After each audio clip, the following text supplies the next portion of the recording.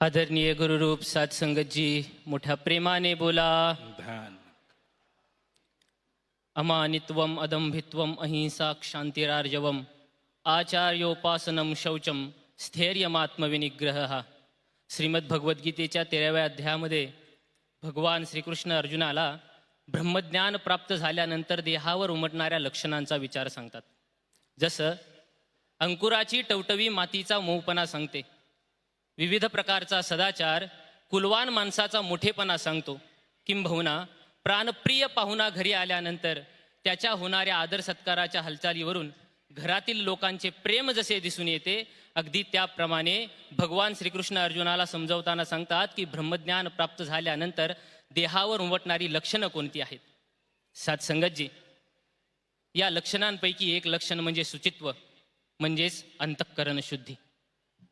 सत्संगतजी, कापूर जसा सर्वांगाने शुद्ध असतो, अगदी त्याप्रमाणे ब्रह्मज्ञान प्राप्तीनंतर मनुष्याचं अंतःकरण हे सर्वांगाने शुद्ध असलं पाहिजे. पण हे अंतःकरणच जर शुद्ध नसेल तर माऊली महावैष्णव संत ज्ञानेश्वर महाराज ज्ञानेश्वरीमध्ये सांगतात, एरहवी तरी पंडुसूता आत शुद्ध नसता बाहेरी कर्म तो तत्वता विटंबुगा. माऊली म्हणतात, जर माणसाचं अंतःकरण शुद्ध नसेल, शुद्ध विचार जर माणसाच्या अंतःकरणामध्ये नसतील, तर बाहेर कितीही कर्म केलं, कितीही कर्माचा डामडौल केला तर ती निव्वळ फसवणूक आहे. हे समजून सांगत असताना माऊली 3 दृष्टांत देतात. माऊली म्हणतात, मूर्त जैसा शृंगारीला का गाढव तीर्थी नानीला कडू दुधिया माखेला गुळे जैसा. महाराज म्हणतात, मृत व्यक्तीला कितीही शृंगार केलं, त्याला कितीही सजवलं, त्यावर कितीही आभूषणं जरी घातली तरी त्याचा अजिबात उपयोग होत नाही. गाढव आहे, गाढवाला कोणत्याही तीर्थस्थानामध्ये स्नान घातलं तरी त्याचा गाढवपणा जसा जात नाही, किंबहुना एखादी सुगरण स्त्री आहे, त्या स्त्रीला कडू दुधी भोपळ्याची भाजी करायला दिली, त्या भाजीमध्ये त्या स्त्रीने कितीही गुळ घातला तरी ती भाजी जशी कडूच लागते. अगदी त्याप्रमाणे महाराज म्हणतात की माणसाचं अंतःकरणच जर शुद्ध नसेल तर मात्र या माणसाच्या अंतःकरणामध्ये ते शुद्ध भाव उत्पन्न होत नाहीत. जसं माऊली अजून समजावतात की जसं मृत व्यक्तीला ही गोष्ट अजिबात कळत नाही, अगदी त्याप्रमाणे अंतःकरणामध्ये जर शुद्ध आचार नसतील, शुद्ध विचार नसतील तर त्या माणसाचं आत्ममंथन होत नाही. मग आमच्या अंतःकरणामध्ये आमचं अंतःकरण शुद्ध कशाने होईल? तर आमचं अंतःकरण होईल शुद्ध फक्त आणि फक्त आत्ममंथनाने. जगद्गुरु संत तुकाराम महाराज म्हणतात, ऐसे वर्म मज दावी नारायणा अंतरीच्या खुना प्रगडोनी. जगद्गुरु संत तुकाराम महाराज म्हणतात, हे पांडुरंगा, मला असा मार्ग दाखव, असं वर्म सांग की ज्या मार्गाने गेल्यानंतर माझं अंतःकरण शुद्ध होईल. तो मार्ग म्हणजे आत्ममंथन, आत्मपरीक्षण.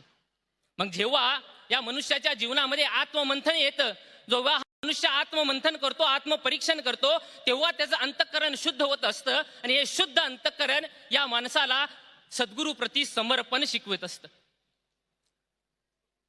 4 वेद, 6 शास्त्र, 18 पुराणांमधील 6 शास्त्र आणि या 6 शास्त्रांमधील एक न्याय सत्संगतजी, त्या न्यायामधील 2 न्याय अतिशय प्रसिद्ध आहेत.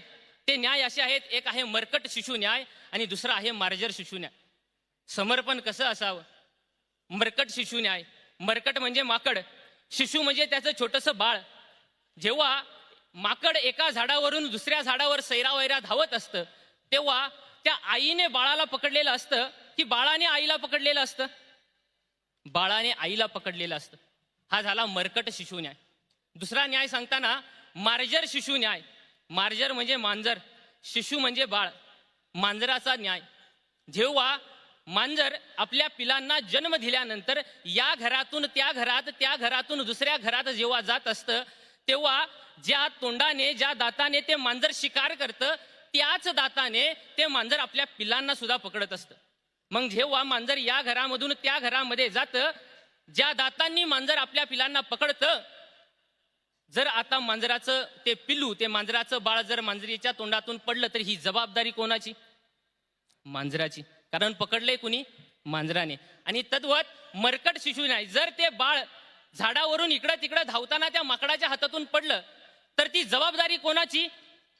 त्या पिलाची, कारण सर्वस्वी त्या पिलाने त्या आईला धरलेलं असतं. मग जसं माकडाचं पिलू आपल्या आईला धरतं, पडलं तर ती माकडाच्या बाळाची जबाबदारी, आणि मांजर स्वतः आपल्या पिलाला त्या दातांमध्ये धरतं, पडलं तर ती आईची जबाबदारी. अगदी त्याप्रमाणे समर्पण होय. सद्गुरूप्रती समर्पण आपले ते मार्जर शिशु न्यायाप्रमाणे असलं पाहिजे.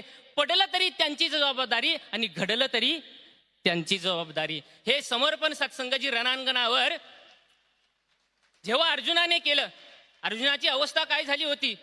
सेन योरू भयोर्मध्ये रथम स्थापय मेच्युत. भगवान श्रीकृष्णाला अर्जुन म्हणतात, अर्जुना भगवंता माझा रथ दोन्ही सैन्यांच्या मध्ये नेऊन उभा कर. मध्ये नेऊन उभा केल्यानंतर अर्जुनाची अवस्था मात्र अतिशय बिकट झाली. हातातलं गांडीव धनुष्य गळून पडलं. आता मी युद्ध करणार नाही, आता मी युद्ध करणार नाही. जेव्हा आत्ममंथनाचा विचार भगवान श्रीकृष्णांनी अर्जुनाला दुसऱ्या अध्यायामध्ये सांगितला, न जायते म्रियते वा कदाचिन नायम भूत्वा भविता वा न भूयः अजो नित्य शाश्वतोयम पुराणो न हन्यते हन्यमाने शरीरे. जेव्हा या विचारावर अर्जुनाने आत्ममंथन केलं, आत्मपरीक्षण केलं, तेव्हा भगवद्गीतेच्या 11व्या अध्यायामध्ये भगवान श्रीकृष्णांनी त्याला विश्वरूप दर्शन दाखवलं. तेव्हा अर्जुन म्हणतो, अनेक बाहू दरवक्त्र नेत्रम पश्यामि त्वाम सर्वतोनंतरूपम नांतम न मध्यम न पुनस्तवादिम पश्यामि विश्वेश्वर विश्वरूप. जेव्हा अर्जुन भगवंताला समर्पित झाला, तेव्हाच अर्जुनाला ते विश्वरूप दर्शन घडलं. सद्गुरू माताजींच्या चरणी प्रार्थना अरदास हीच आहे की आमच्या जीवनामध्ये सुद्धा हे समर्पण घडावं, ज्या समर्पणाने आमची भक्ती अगदी उंचावर जावी.